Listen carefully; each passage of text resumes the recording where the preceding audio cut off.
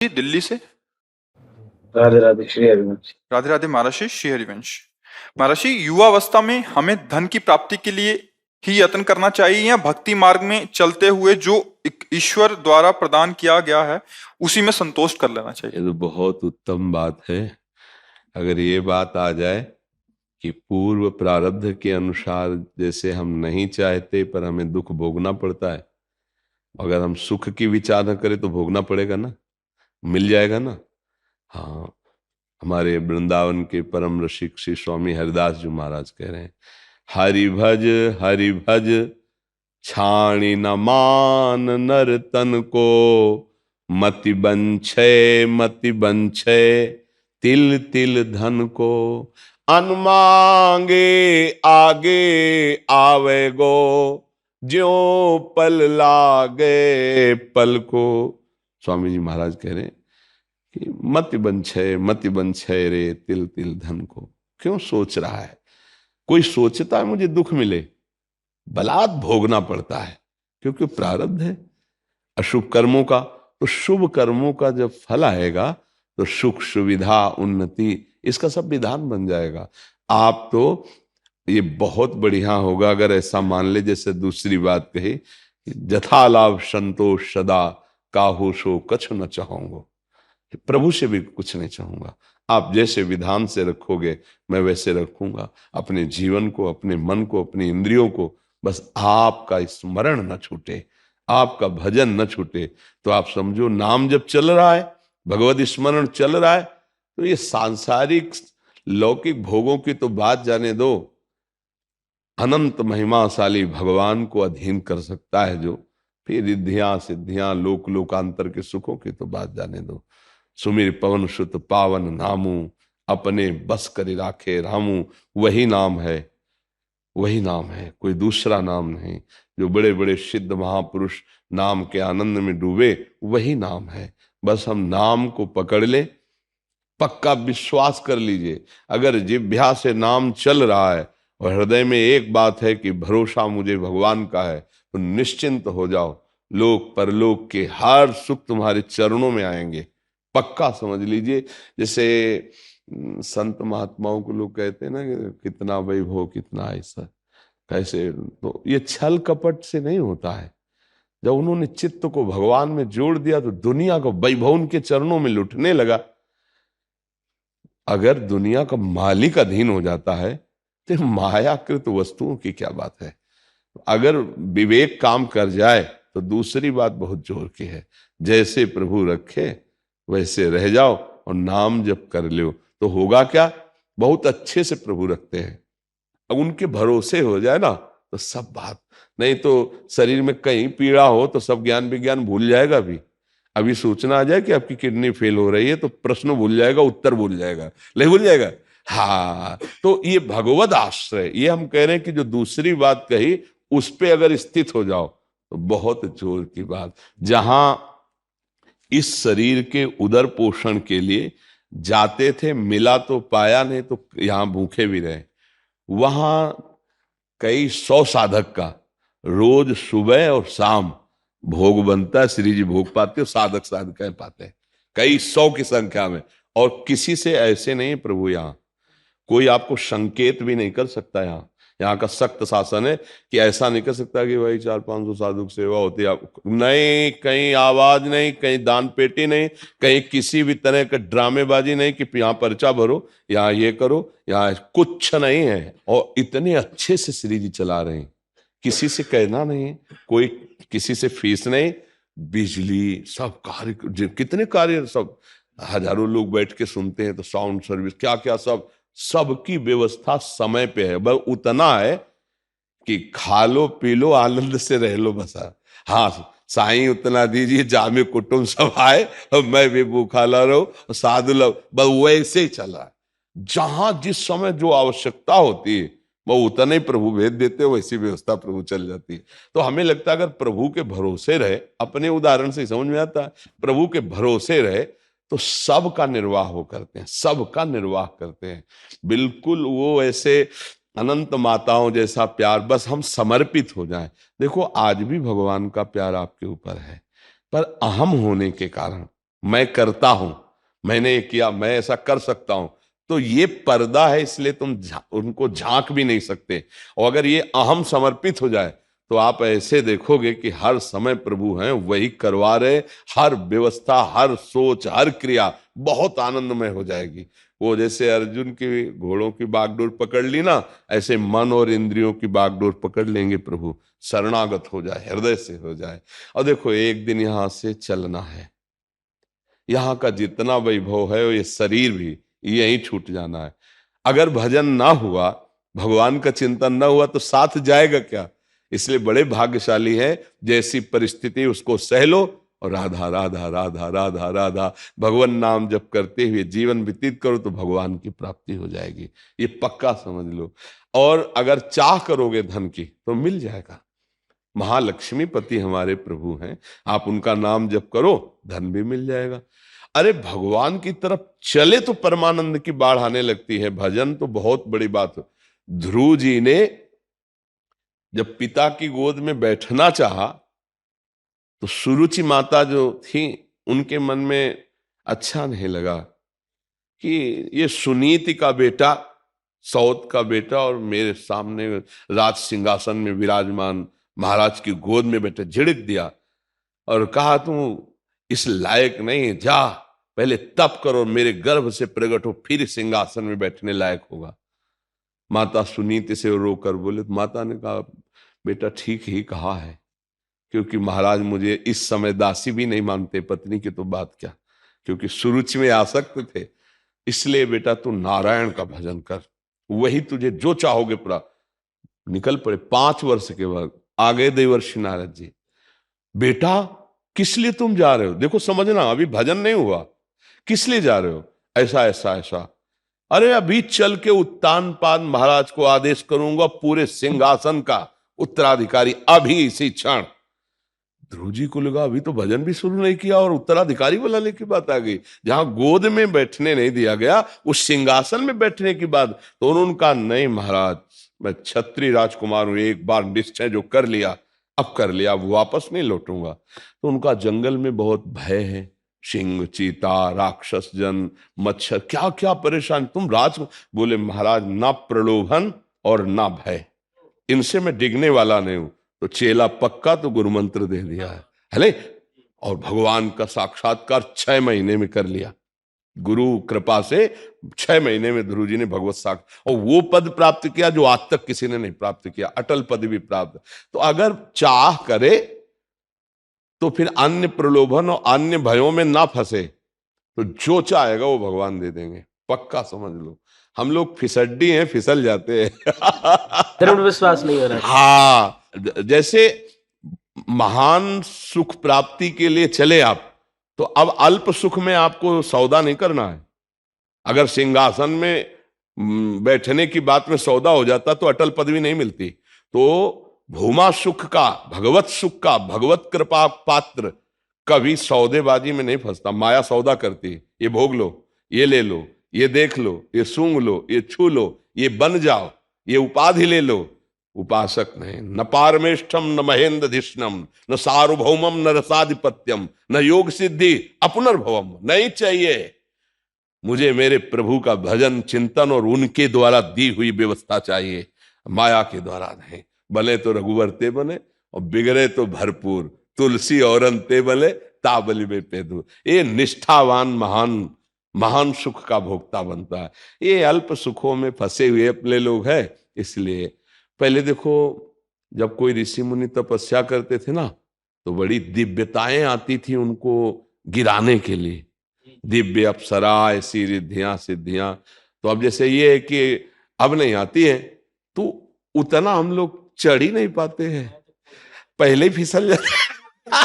अगर 100 रुपए में राजी हो गए तो करोड़ की चेक देने की जरूरत क्या है कि नहीं? तो अब हम लोग यही मृत्यु लोक के भोगों में फिसल गए। तो अब देवलोक के या दिव्य सिद्धियां या ऐसे दिव्य चमत्कार हृदय में प्रकट हो, अगर हम निष्ठा से बने रहें तो कोई भी परास्त नहीं कर सकता, सीधे भगवान आएंगे। हम एक बार बिल्कुल ग्रामीण भाषा में बताया कि जैसे बच्चा रोना शुरू किया, खिलौनों से नहीं खेल रहा, तो माँ फिर देखती और अपने निज जन को भेजती है, बेटी बहन किसी को, जा उठा ले गोद में, और उस पे भी जब राजी ना हो, रोना बंद ना करे, तब माँ फिर कहती है अच्छा तो सब काम बाद में हो जाएगा, और फिर बेटे को गोद। ऐसे जब कोई भगवत मार्ग में चलता है संसार के खिलौने छोड़ करके, तो भगवान उसके आगे दिव्यताएं भेजते हैं, दिव्य भोग, फ्री, कोई नहीं जानेगा, भोग लो एकदम, ऐश्वर्य वैभव रिद्धियां सिद्धियां, पर वो रोना बंद न करे, किसी खिलौने में राजी न हो, किसी की गोद में न चढ़े, उपाधि कोई स्वीकार न करे, तब वो विवश होकर फिर भगवान उसको ऐसे फिर उसे स्वीकार करते। बहुत सुंदर विचार है। पहला वाला तो ठीक कम है, दूसरा वाला बहुत जोर का है कि हमें जैसे रखोगे वैसे हम रहेंगे, तो बहुत अच्छे से रखेंगे। ये हमारा निर्णय और सब संतों का अनुभव। भगवान कदम कदम पर कि उनकी सुरक्षा व्यवस्था सबकी करते, और आप लोगों की भी करते हैं, पर आप इसलिए नहीं समझ पाते कि कर्ता भाव में है, अहंकार होने के कारण आपको लगता है कि मैंने किया, ये समझ नहीं पाते, मलिन हृदय हो गया। तो अब क्या होता है कि वो फिर इस बात को दूसरी तरह पेश करता है कि जब बुरा किया तो भगवान ने तो करवाया, अगर उनकी इच्छा न होती तो हम कैसे कर सकते थे, उनकी इच्छा के बिना पत्ता नहीं। ये गलत जो चिंतन है वो उसको अनुभव में नहीं आने देता। नहीं तो सच्ची बताए, अगर आप शरणागत हो जाओ तो आनंद की वर्षा भगवान कर देते हैं। बस जितनी शरणागति में कमी है उतना ही हम दुखी सुखी होने लगते हैं। नहीं तो उनकी कृपा को देखोगे तो घोर दुख में भी आपको विशेष सुख वाली कृपा दिखाई देगी। माता कुंती ने इसीलिए भगवान जब चले तो यही मांगा कि कदम कदम पर हमें विपत्ति प्रदान करो, दुख प्रदान करो। क्यों? क्योंकि दुख में तुम हमारी तरफ भाग के आ रहे थे, और सुख आया तो तुम पीठ दिखा के द्वारिका जा रहे हो। ऐसा सुख नहीं चाहिए हमें, वो दुख चाहिए जिसमें आपको पुकारूं और आप दौड़ते नजर आवे। इसलिए आनंदित रहो, दुख को सहना सीखो। सुख में फूलो नहीं और दुख में भूलो नहीं। कुछ क्षण के लिए दुख है, रात्रि है तो दिन आएगा, और दिन है तो फूलो नहीं, रात्रि आने वाली। इन दोनों से हम ऊपर उठें, दुख सुख से ऊपर उठें। महर्षि, कल हम बाहर थे तो एक ग्रस्त साधक का यही प्रश्न था कि जैसे पहले अधर्म आचरण से पैसा कमाते थे, पूज्य महाराज जी की वाणी सुनने के उपरांत मतलब अभी धर्म आचरण से पैसा कमाई हो रहा है, बट अंदर एक धन की इच्छा है कि मैं ज्यादा से ज्यादा कमाऊं ताकि मेरे बच्चे अच्छे से हो, या मैं कहीं मकान ले लूं। तो ये भी इच्छा महाराज जी, ये इच्छा भी बाधित है? यही इच्छा तो पाप कर्म कराती है, चाहे जितना वो कोई सफाई पेश करे। जिसके अंदर ये इच्छा आ जाती कि मैं अधिक से अधिक धन कमाऊं और अपने परिवार को सुखी करूं, जो 4 5 8 10 लोग हैं, इसके अलावा मैं अधिक से अधिक धन कमाऊं, तो वो कुछ भी कर सकता है। जिसके मन में ये संकल्प आ गया मैं अधिक से अधिक धन कमाऊं। धर्मात्मा पुरुष धन की तरफ वृत्ति नहीं रखता, और धर्म की तरफ वृत्ति रखता है कि मैं अधिक से अधिक धर्म पूर्वक आचरण करूं, भले नमक रोटी खाना पड़े। और आपको सच्ची बताएं, धर्मात्मा पुरुष के बच्चों के लिए धन जमा नहीं करना पड़ता। वो इतने प्रवीण होते, इतने महिमाशाली होते हैं कि वो सब व्यवस्था कर लेंगे। और अधर्मी पुरुष जो अपने बच्चों के लिए अधर्माचरण करके जमा करता है, वो उसी को पीटते हैं, घर से निकाल देते हैं, और इसके बाद उनकी बुद्धि भ्रष्ट होकर ऐसे आचरण करते हैं, वो नष्ट हो जाते हैं। लिख लो, कागज में लिख लो। अधर्माचरण से कमाया हुआ धन न तुम्हें सुखी कर पाएगा, न तुम्हारे बच्चों को सुखी कर पाएगा, पक्का समझ लीजिए। और धर्म के द्वारा चलोगे तो माना कि बहुत मेहनत करके तुम बच्चों को नमक रोटी पवा रहे हो, मेहनत कर, वो बहुत बड़े ऑफिसर बनेंगे, वो बहुत अच्छे किसान बनेंगे, वो बहुत अच्छे भारत की सेवा करने वाले बनेंगे। धर्मात्मा पुरुष में ही सामर्थ्य ऐसी होती है। तो बचपन से उन्होंने धर्म का अन्न खाया तो उनकी बुद्धि शुद्ध होती है। और देखो आज के बच्चे जवाब कैसे दे रहे हैं माता पिता को, क्या सुविधा माता पिता ने नहीं दी। एक नहीं मानते, जो मन में आया सो कर रहे हैं। अगर बोले तो ऐसा जवाब दे देंगे, ऐसा लगता है परिचय में ही नहीं है।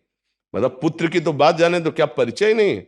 क्या इतनी सभ्यता नहीं सीखी कि अपने बड़ों से कैसे बात की जाती है? आज का बच्चा जब अपने माता पिता से बात कर रहा हो तो आप उसको सुनिए, उसके संभाषण सुनिए। जहां विद्या से विनय आती है तो पढ़ लिख कर वो कितना असंबद्ध प्रलाप करता है, कैसे वो बातें बोलता है और कैसे उसके आचरण हो रहे हैं। ये सब धन की सुविधा देने पे हो रहे हैं।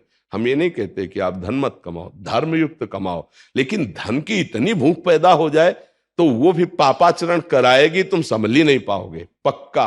धन की मांग पापाचरण कराएगी ही कराएगी, उसमें स्वयं का दोष है। और धर्म से युक्त धन फिर वो कुल परंपरागत अच्छा चलता रहेगा। 100 रुपया कमा के अगर धर्म से लाओगे और उसकी दाल रोटी केवल खाओगे तो पूरा परिवार चैन से सो लोगे, पक्का विश्वास रखला। और अधर्म से 1 लाख लाओगे ना तो टेबलेट खाने पर भी सही नींद नहीं आएगी और परेशानियां बढ़ती चली जाएंगी। और जो परिवार के सदस्य हैं उसमें पहला रोग पैदा होगा कलह, एक दूसरे के प्रति दोष दर्शन और कलह। परिवार में आकर के अशांत हो जाओगे क्योंकि अधर्म आ चुका है। पक्का समझो ये शास्त्र सम्मत बात है। इसलिए हमें लगता है धन की चाह तो होती है सबके अंदर, जो भगवान के रहस्य को नहीं जानते हैं उनको लगता है धन की चाह करने से धन अधिक मिल जाएगा और सुखी हो जाएंगे। क्या जिनके पास धन है बहुत ज्यादा वो सुखी हो गए क्या? आप देख लो, नहीं। खूब ऐश्वर्य है, बड़े पदों में, बड़ी महिमा में, और हालत अंदर की जो है वो बहुत दयनीय है, दयनीय। तो धन तो है, पद भी है, व्यवस्था भी है, पर हालत दयनीय है। चिंता, शोक, भय, अशांति, ये धन से दूर कर सकते हो, कर लो।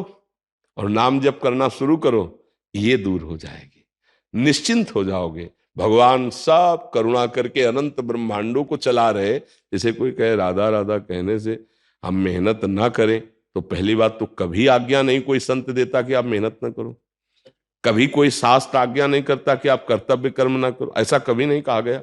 यही कहा गया है जो करो धर्मयुक्त करो और नाम जप करो। नाम जप करते हुए जो कार्य करोगे सब भजन हो जाएगा, और धर्मयुक्त है इसलिए भगवद अर्पित हो जाएगा। अच्छा, धर्मात्मा पुरुष ही सुखी होता है। पाप कर्म करने वाला उसका परिणाम दुख आता है, तो कभी सुखी हो ही नहीं सकता। वो कुछ भी कर ले उसका परिणाम ही दुख आता है, अशांति आती है, क्लेश आते हैं, नाना प्रकार की चिंताएं, शोक, और आगे चल करके आपका मन खुद दंड देने लगेगा, आपको जलाने लगेगा। देख लो आप अगर जो गलती करते हो तो बिना किसी भय के मन भयभीत करता है। कल्पनात्मक भय, चिंता, कल्पनात्मक चिंता, कल्पनात्मक शोक, मन ही जला रहा है तुम्हारा। फिर वो कर्म का जब दंड आएगा तो भोगना पड़े। हमें लगता है धन की चाह तो है, पर धर्म से युक्त धन की चाह करो, अधर्म युक्त ना करो। अगर ये कि हम अपनी 7 पीढ़ी के लिए जमा कर ले तो धर्म से नहीं टिक सकते, फिर धर्म से तुम्हें भ्रष्ट होना पड़ेगा, क्योंकि धन प्रधान लक्ष्य हो गया। अब आपको कोई कहेगा कि ये 5 मिनट की बात है, थोड़ा बस झूठ बोल दीजिए, ऐसे से ऐसे कर दीजिए, काम बन जाएगा, आप बोल देंगे, क्योंकि आपको है कि हमारे बच्चों के लिए हमें जमा करना, पीढ़ी दर पीढ़ी सब सुखी रहे। ऐसा नहीं, हम धर्म से जो भी है वो करेंगे, इसके बाद हमारा भगवान करेगा, पक्का। देखो युधिष्ठिर जी ने धर्म नहीं त्यागा तो कौरवों का बहुत बोलबाला था। अरे भीष्म पितामह द्रोणाचार्य जिनके साथ है उनके बोलबाला का क्या कहना है? मिटिया मेट हो गए। नहीं, द्रोणाचार्य का भी गला कटा, भीष्म जी भी 6 महीना सरसैया पे पड़े रहे, और कौरवों का तो विनाश हो ही गया। हमें लगता है अधर्म से तो कभी सुख मिल नहीं सकता, शास्त्र सम्मत धर्म युक्त चला जाए। तो गुरुदेव व्यापार से जो कमाया हुआ धन होता है वो उसमें आता है क्या? नहीं, व्यापार तो हमारा व्यापार है, पर उसमें बेईमानी और झूठ कपट नहीं मिलाना चाहिए। जैसे मानो कपड़ा का व्यापार है, अब सबको ये जानता है कि मुनाफे के लिए हमारा नौकर थोड़ी को कहीं से कपड़ा ला के तुम्हें फ्री दे दे। अरे वो लेबर रखे है, दुकान का किराया है, बिजली है, तो इसका मतलब मुनाफा लेगा। तो आपको बोलना है भाई 100 का लाए जैसे आप, तो आपको बोलना है 25 रुपए मुनाफा मीटर में लेना, तो 125 रुपया मीटर है, ये लेना है, लीजिए चले जाए। नहीं वैसे ऐसे और वैसे कुछ नहीं, 125 रुपया मीटर कपड़ा बढ़िया, 25 रुपया मुनाफा, 100 रुपया मीटर लाए, 125 रुपया मीटर बेच रहे हो, धर्म है आपका। अब इसमें झूठ यार, तुमसे कसम से कहते हैं 150 रुपया मीटर का है ये, तुम यार अपने हो 140 दे दो, फ्रॉड, एकदम झूठ क्यों बोल रहे हैं?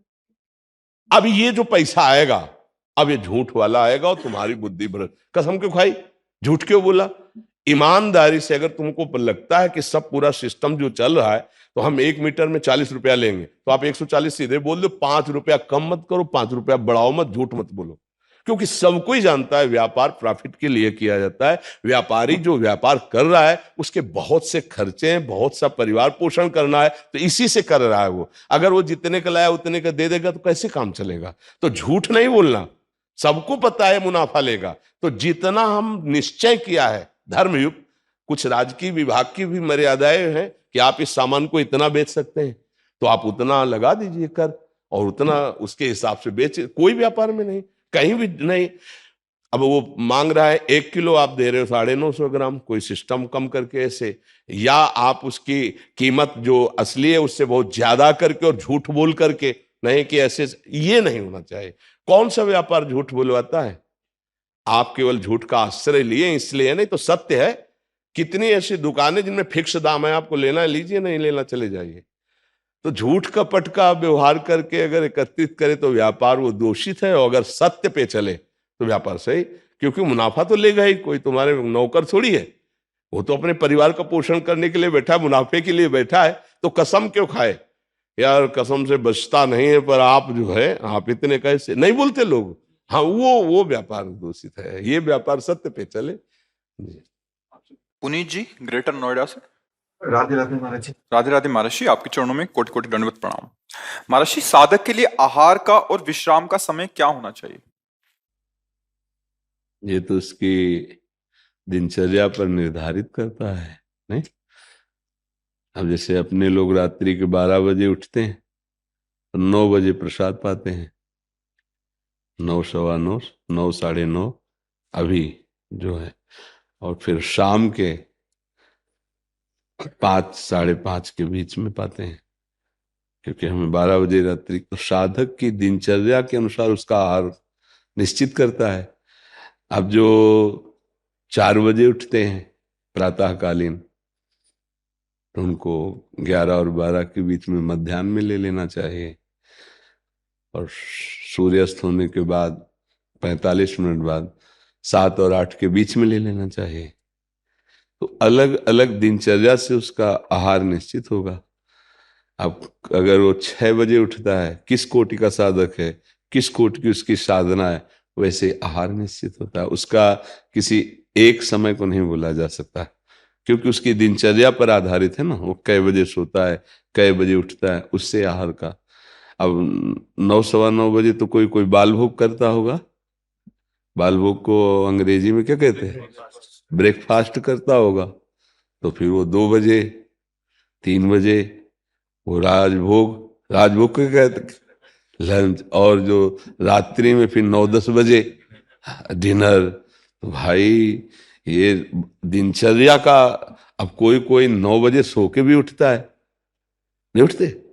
अब 3 बजे 2 बजे सोए तो 9 बजे उठे, तो उनकी क्या दिनचर्या। तो एक दिनचर्या नहीं वर्णन की जा सकती, क्योंकि साधक के सोने और जगने के अनुसार उसकी आहार विहार की दिनचर्या होगी। अगर अपनी पूछे तो आपको बता सकते हैं, आप अपनी पूछे तो आपसे पूछ के बता सकते हैं कि आप कै बजे सोते, कै बजे जगते, इसके अनुसार फिर उसकी आहार विहार की दिनचर्या होगी। समझ पा रहे हैं आप जी? कृति जोशी जी उत्तराखंड से। राधे राधे। राधे राधे महाराज जी, आपके चरणों में कोटि कोटि प्रणाम। महाराज जी, पिछली गलतियां जिनको अब सुधारा नहीं जा सकता, उनके बोझ से कैसे उभरा जाए? ऐसी कोई गलती नहीं जिसका सुधार ना हो, नहीं तो भगवत प्राप्ति कैसे होगी फिर? ऐसी कोई गलती नहीं जिसको हम नष्ट न कर सकें। अगर ऐसा ना होता तो भगवत प्राप्ति हो ही नहीं सकती, फिर तो मनुष्य जीवन व्यर्थ चला जाएगा। नहीं, पहली बात तो दिमाग में बैठा लीजिए कि ऐसी कोई गलती नहीं जिसको हम नष्ट ना कर सकें। उसको नष्ट करने के लिए उस कोटि का भजन चाहिए। खूब जितना हम भगवान का नाम जप करें, अंदर से इस बात से जलें कि मेरे से बहुत भयानक गलती हो गई। प्रायः आजकल गृहस्थी में बड़ा मतलब ये ध्यान नहीं दिया जाता, इन पाप अगर हो गए इनको मिटा ना पाए तो हमारी दुर्गति हो जाएगी। लेकिन हमारा मनुष्य जन्म मिला, अगर हमसे भूल हो गई, गलती हो गई, अज्ञान में हमसे गलती हो गई, स्वार्थ में हमसे गलती हो गई, तो अब हम सुधार ही नहीं हो सकता। नहीं, बिल्कुल सुधार हो सकता है। हम भगवत प्राप्ति करने योग्य मनुष्य देह को प्राप्त करके हम ऐसे नारकी गतियों को जाएं, ऐसा नहीं। गलती हो गई, हम उसके सुधार का प्रयास करते हैं। ऐसी कोई गलती नहीं जिसका सुधार ना हो, पर वो उस कोटि का प्रायश्चित होना चाहिए। उसका प्रायश्चित, जैसे आप छोटी गलती हुई तो 2 थप्पड़ लग गए, ठीक हो गया। चोरी की तो 10-20-50 डंडे मिले, कुछ समय की जेल मिली, लेकिन ऐसे महत अपराध कर लिए तो भी फांसी की सजा मिलेगी, आजीवन कारावास तो है ना उस दंड के अनुसार। ऐसे जिसकी यहां सजा मिल गई तो उसका प्रायश्चित तो हो गया, लेकिन कुछ ऐसे पाप है जो प्रायश्चित नहीं हुआ और हमने वो पाप किए हैं और पूर्व में भी किए हैं, तो उनका प्रायश्चित करने के लिए ही मनुष्य शरीर मिला है। सबसे बड़ा प्रायश्चित है उठते बैठते चलते फिरते नाम जप शुरू कर दें। सबसे प्रार्थना है नाम संकीर्तनम यस्य सर्व पाप प्रणाशनम। नाम के बल से पाप मत करो, लेकिन जो पाप हो गए उनको भस्म करने की सामर्थ्य नाम में। जैसे जंगल का जंगल पूरा है और दावानल अग्नि लग जाए तो भस्म कर देगी, ऐसे ही पाप का जंगल भरा है, उसको नष्ट करने के लिए अग्नि के समान भगवान का नाम है। जैसे दो लकड़ियों की रगड़न से अग्नि पैदा हो जाती है चिंगारी, ऐसे जिह्वा से नाम राधा राधा राधा राधा राधा, इससे दिव्य ज्ञानाग्नि प्रकट होगी, सारे पापों को भस्म करके आपका मंगल कर देगी। पर वो निरंतर अभ्यास में लाओ, चलते फिरते उठते बैठते सेवा करते, कोई पैसा लगने की जरूरत नहीं। इसमें पैसा लगता है? हम कह रहे हैं अपवित्र पवित्रो वा सर्वावस्थांगतो पिवा यह स्मरेत पुंडरीकाक्षम सवाभ्यंतरा सूचि। अपवित्र हो या पवित्र कोई मतलब नहीं, राधा राधा राधा, श्याम श्याम श्याम श्याम, वो अंदर और बाहर दोनों जगह से पवित्र कर देगा नाम। अंदर के सारे पाप को नष्ट कर देगा, बाहर के विघ्नों को नष्ट कर देगा। पर भजन होना चाहिए। पहली बात तो ये सोचे ही ना कि अब हमारे पापों का नाश हो ही नहीं सकता, नहीं हो सकता तो भगवत प्राप्ति कैसे होती?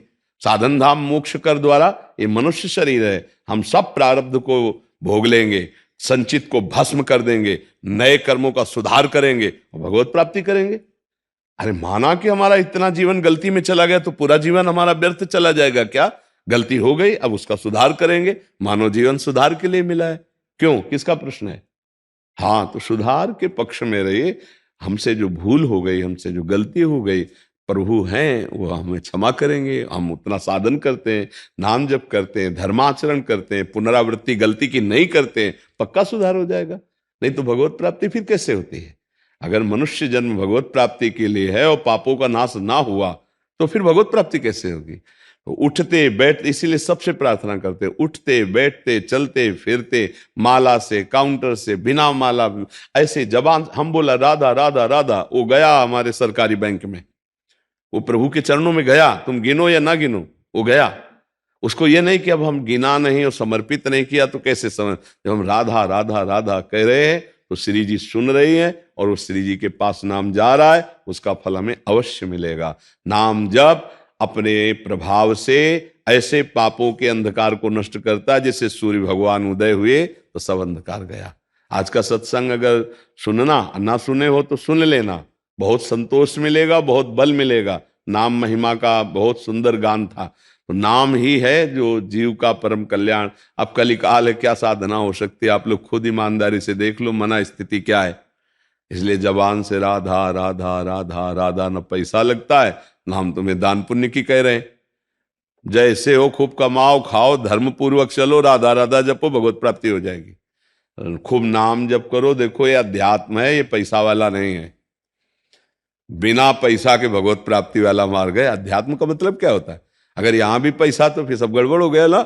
हाँ, कुछ नहीं, 1 रुपए की जरूरत नहीं, धर्म पूर्वक कमाओ। कभी किसी को भूखा देखा तो अपनी भोजन की थाली का भोग उसको दे दो। हम एक टाइम भूखे रह सकते हैं, तुम पालो, ये बात है। और नाम जप करे तो अब ऐसा नहीं कि दूसरे को, मतलब आप बहुत बड़े शासन में पद में हो, दूसरे को अधर्म पूर्वक दबाया जाए, उससे धन लिया जाए, फिर दशांश से दिया जाए और तुम्हारा मंगल हो जाएगा। तो नहीं, लेने वाला और देने वाला दोनों नरक जाएंगे। क्योंकि पापाचरण कभी किसी का मंगल नहीं कर सकता, अधर्म कभी किसी का मंगल नहीं कर सकता। पापाचरण बंद करो और जो तुमने गलती की है उसका प्रायश्चित करो और नाम जप करो, घर में ही पवित्र हो जाओगे। परमार्थ में भगवत प्राप्ति में पैसे की 1 पैसे की जरूरत नहीं है। प्रभु बाप को बाप कहने के लिए किसी सरकारी लायकात की जरूरत नहीं है। हमारा जन्म सिद्ध अधिकार है भगवत प्राप्ति करना, उसमें किसी की दलाली की, किसी के सपोर्ट की बिल्कुल जरूरत नहीं है। हाँ, हम भूल गए हैं वो मार्ग तो वही भगवान गुरुदेव के रूप में संत की वाणी में बैठ के अपना मार्ग बता रहे हैं, हम उस पर चल देते हैं। यह लेन देन वाला थोड़ी विषय है, चलने वाला विषय है। अपना मन भगवान के नाम में लगाओ, अपने आचरण शुद्ध करो, धर्माचरण। कोई नशा मत करो, मांस मदिरा ये सब जो गंदी बातें हैं, इन व्यभिचार, पराई माता बहन, ये सब बंद करो और नाम जप करो, सब ठीक हो जाएगा। जो गलती हुई भगवान सब क्षमा कर देंगे, बड़े मंगलमय हैं। अब ऐसे सोचो कि आप भोगो विषय, गंदे गंदे आचरण करो और पापाचरण करो और किसी को महीने में बांध दो 1,00,000, 2,00,000, 4,00,000 और वो भजन करके तुम्हारे पाप नष्ट कर देगा, कदापि नहीं। ऐसे जो खान पान करते हैं उनकी बुद्धि पाप से सन जाती है। भीष्म पितामह जी जब आखिरी में बाणों की सैया में पड़े हैं, 6 महीना व्यतीत हो गए, जब देखा भगवान ने कि अब अंतिम होने वाला है ज्ञान का सूर्य, तो युधिष्ठिर जी से कहा चलो ले लो चल करके ज्ञान, नहीं ऐसा महात्मा युगों में पैदा होता है। भीष्म जी बड़े महात्मा, अखंड बाल ब्रह्मचारी, परम ज्ञानी। तो गए वहां, पांडव और द्रौपदी जी भी थी। जब ज्ञान की वार्ता करने लगी तब उन्होंने द्रौपदी जी ने कहा कि पितामह आज तो बहुत ज्ञान की बातें कर रहे हो। उस समय क्या हुआ था जब सभा में मैं चीख चीख के पूछ रही थी, उस समय क्यों नहीं बोले थे? ज्ञान कहां गया था आपका? तो उनका बेटी क्षमा करना, उस समय पापी दुर्योधन के अन्न के प्रभाव से 6 महीना हो गए बाढ़ पर पड़े हुए, सब रक्त बह गया अशुद्ध और भारी पीड़ा से प्राश्चित हो चुका। अब मेरी बुद्धि शुद्ध हो चुकी, अब जो प्रश्न करोगे उसका उत्तर दें। समझ रहे हो? पापात्मा पुरुष का अन्न खाने से अखंड बाल ब्रह्मचारी भीष्म जैसे महापुरुष भी कह रहे हैं कि बुद्धि ठीक निर्णय नहीं कर पाए। तो अगर अधर्माचरण से कमा के आप दान भी करोगे तो पाप ही होगा, क्योंकि वो भजन के लिए बैठा था, उसकी बुद्धि भ्रष्ट कर दी। तो पहले तो तुमने पाप किया, पाप की कमाई दी तो उसकी बुद्धि भ्रष्ट हो गई और डबल पाप। पाप से कभी धर्म नहीं होता। इसलिए हमसे जो गलती हो गई उसका समाधान करेंगे। जैसे कभी ऐसे अपराध बन जाते हैं जो अभी पीछे हम बोले, तो भगवान का आश्रय ले ले।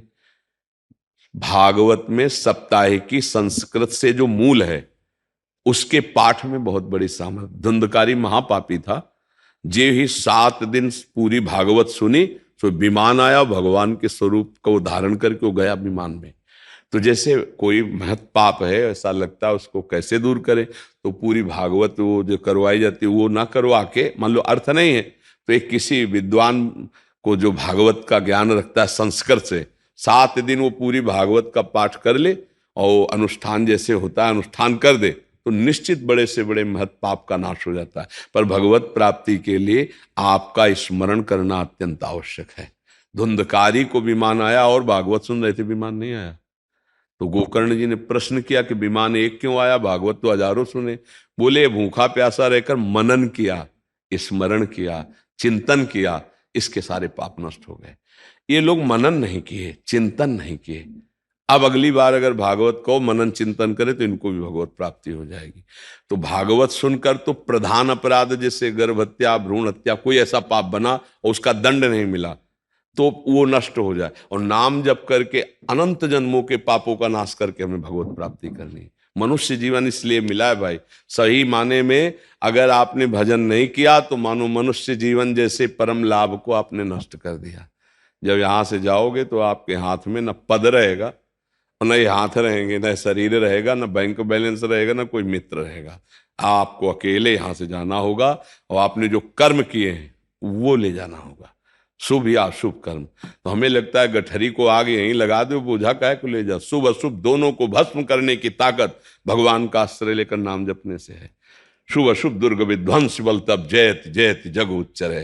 राधा राधा राधा राधा, हर क्षण नाम जप करो, अच्छे आचरण करो और भगवान से प्रार्थना करो तो बड़े से बड़े पाप को स्वामी नष्ट कर देते। हमने कई बार बताया संशय मत करना भगवान के विधान में, बहुत कृपाल है। जैसे मुकदमा तुम हार गए, तुम्हें फांसी की सजा पक्की, अब एक ही उपाय है, राष्ट्रपति क्षमा याचना स्वीकार कर ले, नहीं बच जाओगे ना। ऐसे अखिल ब्रह्मांडों के स्वामी भगवान वो कह रहे हैं सर्वधर्मान परित्यज्य मामेकम शरणम ब्रज, तो अहम त्वाम सर्व पापेभ्यो मोक्षयिष्यामि मा शुचा। मैं तुम्हें सब पापों से मुक्त, आ जाओ मेरी शरण में, काहे को डरो।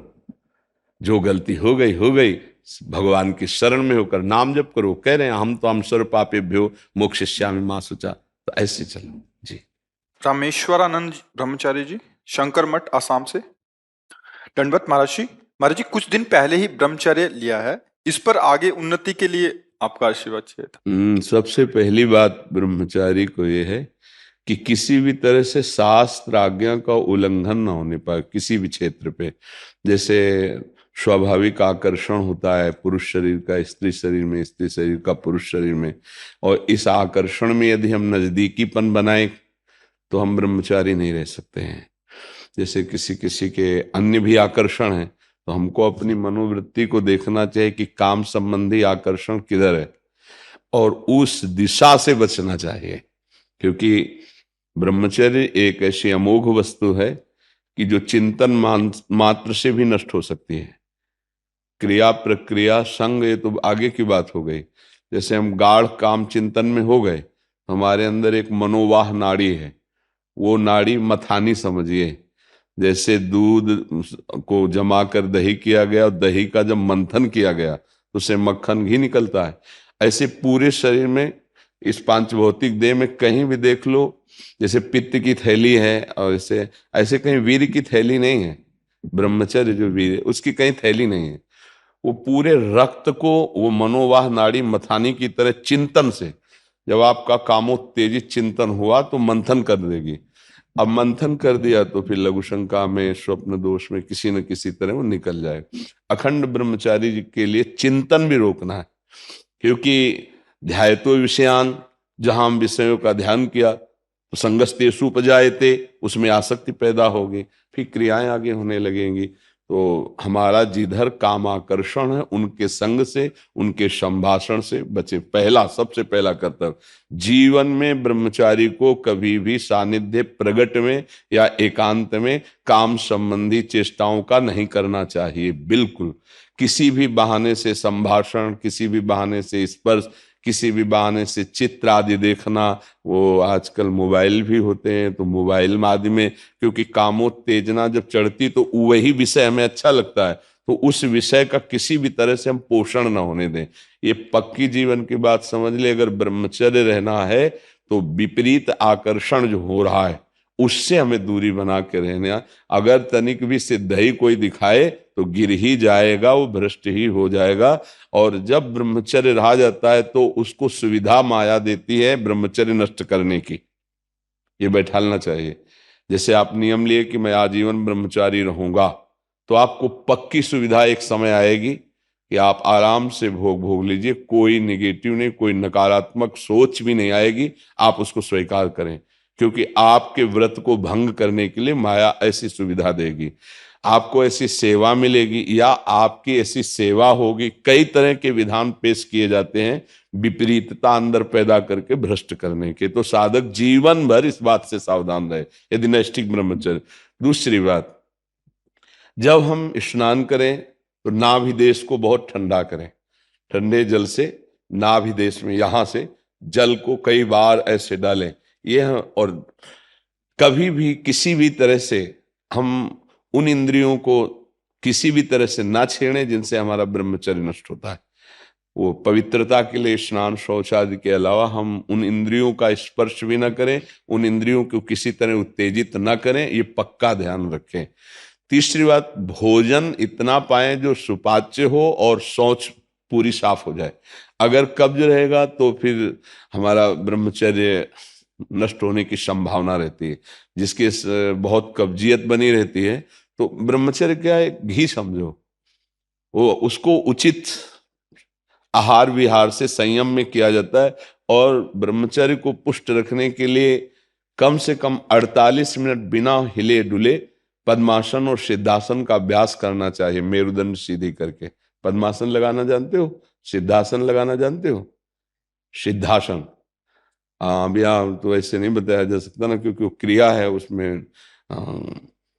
गुदा द्वार और मूत्रेंद्रीय द्वार के बीच की जगह में बाएं पैर की एड़ी होनी चाहिए और मूत्रेंद्रीय के ऊपर दाहिने पैर की एड़ी ऐसे आती है, तब वो ऐसे सिद्धासन ऐसे होता है। ऐसे 48 मिनट बिना हिले डुले सिद्धासन और पद्मासन का अभ्यास करे, आहार शुद्ध रखे, तो ब्रह्मचर्य ऊर्ध्वरेता होता है। जो ब्रह्मचारी है उसका ऊर्ध्वगामी वीर हो जाता है, फिर वो अधोगामी नहीं होगा।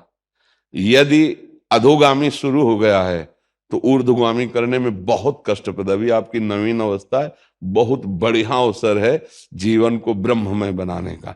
तो खान पान में खटाई, अधिक मिठाई, वो पदार्थ जो कब्ज बना दे, गरिष्ठ हैं, उनका त्याग। ब्रह्मचारी का मतलब एक बीमार अवस्था वाले का जैसा भोजन है, जितने से हमारे प्राणों का पोषण हो जाए, सात्विक भोजन। अब होटलों का भोजन खावे, खूब मिठाइयाँ खावे, सोचे ब्रह्मचारी रह जाए तो असंभव है। हाँ, मीठा आदि कभी थोड़ा लघु मात्रा में, खटाई तो बिल्कुल त्याज्य है, बासी अन्न त्याज्य है, अपवित्र स्थिति में बनाए गए अन्न का त्याग है। तब हमारा विचार शुद्ध होगा, तब सच्चा ब्रह्मचर्य है हर इंद्रिय का। वाणी का ब्रह्मचर्य व्यर्थ का बकवास नहीं, भगवत चिंतन, हितकर मधुकर वाणी। नेत्रेंद्रिय का ब्रह्मचर्य सब में भगवत भाव देखना, कहीं कोई काम आदि की चेष्टा को ना देखना। श्रवणेन्द्रिय का भगवत चर्चा सुनना, शास्त्र चर्चा सुनना, व्यर्थ की बातें ना सुनना। ऐसे हर इंद्रिय का ब्रह्मचर्य हो जाएगा तो ब्रह्मचर्य का मतलब ब्रह्म में ही स्थित महापुरुष। सच्चा ब्रह्मचर्य का स्वरूप है ब्रह्म में स्थित महापुरुष, तो वहां पहुंचा देगा। ब्रह्मचर्य बहुत आवश्यक है, सबको आवश्यक है। गृहस्थ में उचित ब्रह्मचर्य है, विरक्त में नैष्ठिक ब्रह्मचर्य है, आजीवन ब्रह्मचर्य। जो ब्रह्मचर्य का महत्व नहीं रखते हैं उनका जीवन कूड़ा हो जाता है, उत्साहहीन, और कई तरह के ऐसे महान दोष उत्पन्न हो जाते हैं ब्रह्मचर्य की हानि से। तो ब्रह्मचर्य की हानि ना होने पाए ऐसा आहार, और शयन करने में दाई करवट का ज्यादा प्रयोग करें, दाई करवट का। और शयन 5 घंटे से अधिक नहीं, 24 घंटे में 5 घंटे शयन पर्याप्त है। फिर आगे चल करके तो और संयम हो जाता है। अब जैसे अपने लोग 8 या 9 के बीच में शयन करते हैं, 12 बजे बैठ जाते हैं।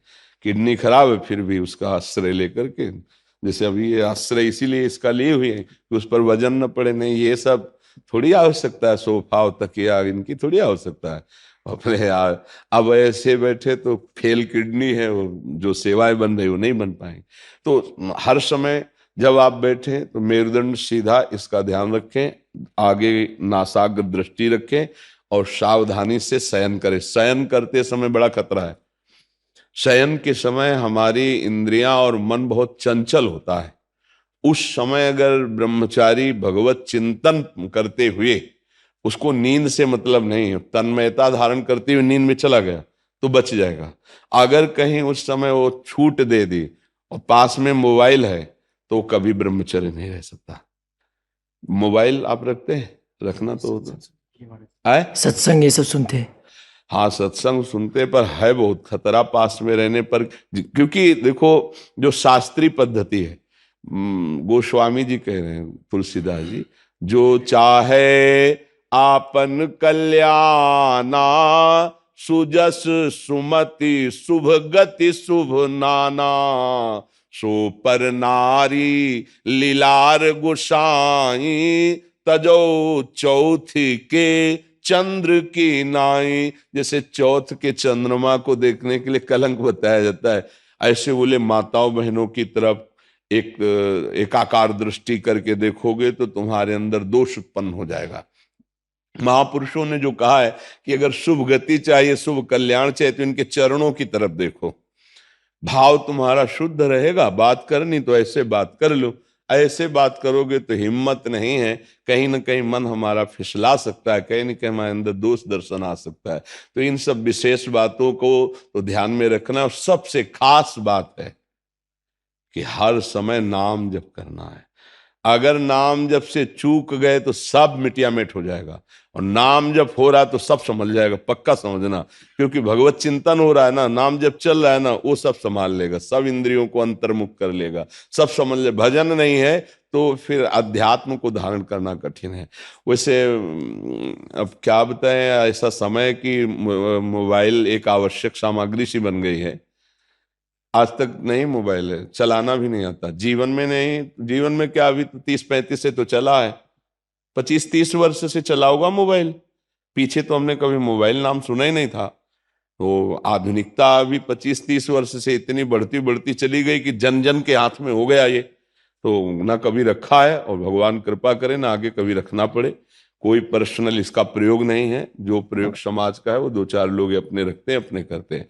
हमें लगता है ब्रह्मचारी अगर सत्संग सुनने के लिए वो चिप वाला प्रयोग करे और सत्संग केवल, वो ऐसे यंत्र आते हैं ना कि जैसे चिप लगा दो सत्संग सुनते रहो, मेमोरी कार्ड। हाँ ऐसा कुछ, मतलब इसको सर्च करके हम सत्संग सुने तो कभी ऐसी बुद्धि हो जाएगी कि सर्च करके हम गलत भी देख सकते हैं। और एक बार अगर उतर गए, फिसल गए, फिर वो मतलब चढ़ पाना बहुत कठिन होता है। जैसे बालू का बांध होता है, एक बार टूट जाए फिर उसे बांधना बहुत कठिन हो जाता है। तो हमारी प्रार्थना है कि अगर आप मोबाइल रहित जीवन व्यतीत कर सके तो अच्छी बात है। वास्तविक जब हम प्राणों को समर्पित करके निकले तो मोबाइल क्या चीज है। अगर सत्संग आपको सुनना है तो आप किसी भी भाई से मिलते तो है ही, समाज है तो वो यूट्यूब से आपके सत्संग को भर देगा, आप उसको सुन लिया, फिर आप नवीन भरवा लीजिए। यंत्र रखिए, पर मन को संभालने के लिए अगर ये कहीं भूल से ऐसा कुछ हो गया तो फिर बहुत ही, तो हमें लगता है साधक को तो सावधान रहना चाहिए। दिन भर तो शांति हो, जब शाम के शयन करने जाए और मोबाइल पास है तो मुझे लगता है खतरा पास रखा हुआ है साधक के पास। इसीलिए किसी साधक के पास नहीं मिलेगा, जिनको सेवाएं हैं उनके पास है। और उनको भी चाहे बूढ़ा हो चाहे बड़ा हो, कभी भी किसी भी क्षण चेक किया जा सकता है, हमारे यहाँ का सिद्धांत है। तो सबकी जांच है, इसके ऐसा नहीं कि तुम मनमानी जो कुछ चाहो सो कर सको। और भगवान की कृपा से उन्हीं को दिया गया है जिनकी कसौटी में कस करके जो पास हैं। तो मुझे लगता है बच्चा, अभी तुम नवीन बच्चे हो, मोबाइल का संग त्यागो, फिर आगे बढ़ो तो बहुत अच्छे महात्मा बन जाओगे। क्योंकि अभी नवीन अवस्था है ना, हाँ जगत का कल्याण करने वाले बन जाओगे। सतरति सतरति सा लोकांत तारे, बहुत आनंद आएगा, बहुत आनंद। थोड़ा 10-20 वर्ष ब्रह्मचर्य रहो, फिर आप देखो कैसा आनंद आता है। कोई भी सर्दी गर्मी बरसात मान अपमान दुख सुख छू नहीं पाता। हर कष्ट को सहने की सामर्थ्य ब्रह्मचारी के अंदर होती है। तो इसलिए नाम जप करो, और जो जो कहा है इसको फिर भरवा लेना किसी चिप आदि में, दोबारा सुन लेना, क्योंकि ये यूट्यूब में डाल देंगे तो इसको बार बार सुनना। हाँ, ब्रह्मचर्य के लिए ये बहुत आवश्यक है कि हम कोई किसी भी तरह इंद्री का दुलार न करें, किसी भी तरह हम ऐसा आहार न करें, किसी भी तरह हम ऐसा व्यवहार न करें, तो हमारा ब्रह्मचर्य पुष्ट हो जाएगा। जी। राधा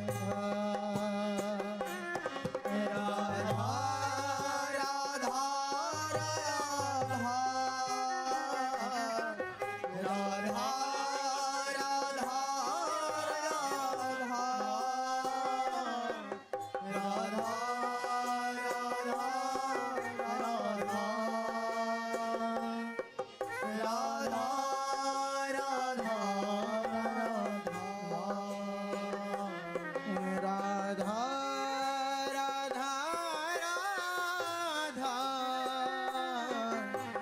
राधा राधा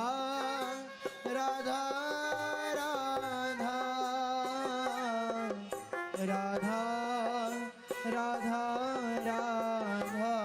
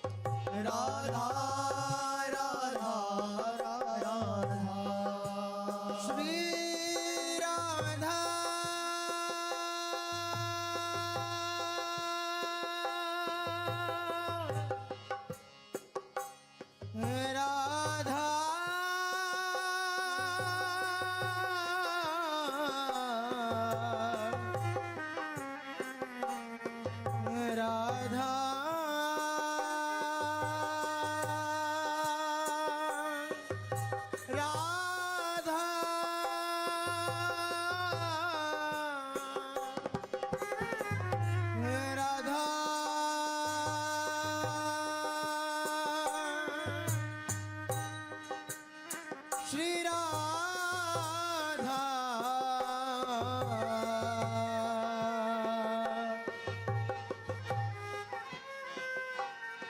राधा